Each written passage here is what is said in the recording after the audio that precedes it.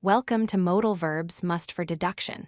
This is when you make a strong logical conclusion that something must be true. Must shows almost 100% certainty based on clear evidence. Use must when the evidence is so strong that only one conclusion makes sense.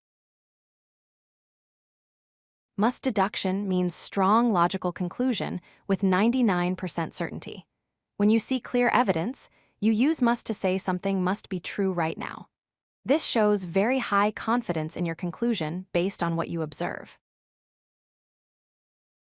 For present time, use subject plus must plus base verb. For example, she must go. For past time, use subject plus must plus have plus past participle. For example, she must have gone. These patterns show when the deduction happens, now or before. She must be home because the lights are on. Clear evidence leads to must be. He must know the answer because he got a perfect score. When evidence is obvious, must shows your strong conclusion about present situations. They must have left early because the car is gone. Must have shows past deduction. She must have forgotten because she did not show up. Use must have plus past participle for conclusions about finished actions.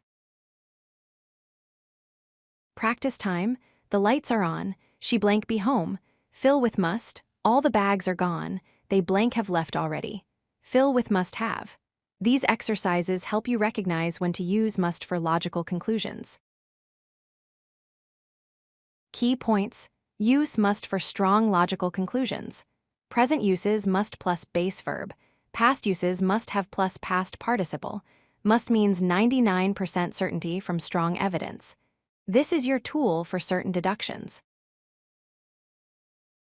Final notes: must expresses very strong logical conclusions about present or past. It shows nearly 100% certainty based on evidence. Use must when you are sure something must be true. This completes must for deduction.